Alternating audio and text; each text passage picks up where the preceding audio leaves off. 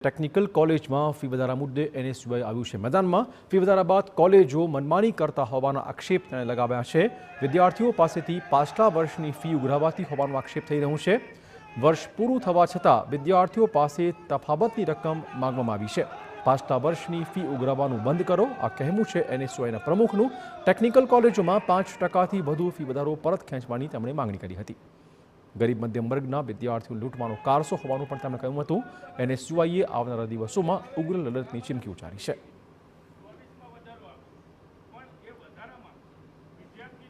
ત્યારે અમે એફઆરસી પાસે એક માંગણી કરીએ છીએ કે જે આ ડિફરન્સના પૈસા માંગે છે, જે જૂનું વર્ષ પૂરું થઈ ગયું છે, આ ડિફરન્સના પૈસાની સ્પષ્ટીકરણ કરવું જોઈએ કે ભાઈ આ ડિફરન્સના પૈસા જે કોલેજો છે એ લઈ ના શકે અને જે અસહ્ય ફી વધારો કર્યો છે એમાં ક્યાંક રિવાઇઝ કરવામાં આવે એફઆરસી દ્વારા, એવી પણ એક માંગ કરીએ છીએ। અને અમારો કાર્યક્રમ એ અમે થોડા દિવસમાં જ એક લોન્ચ કરશું કે જે કોલેજો અસહ્ય ફી વધારો જો આમાં કોઈ નિર્ણય નહીં આવે સરકાર કે એફઆરસી નહીં દે તો આવનારા દિવસોમાં ગુજરાત લેવલે જે જિલ્લા મથકે કલેક્ટરના આવેદનથી લઈ કોલેજ કેમ્પસના ઘેરાવોથી લઈ અને એફઆરસી કમિટીના તાળાબંધી સુધીનો કાર્યક્રમ એ આવનારા દિવસોમાં સમગ્ર ગુજરાતમાં એનએસયુઆઈ કરશે।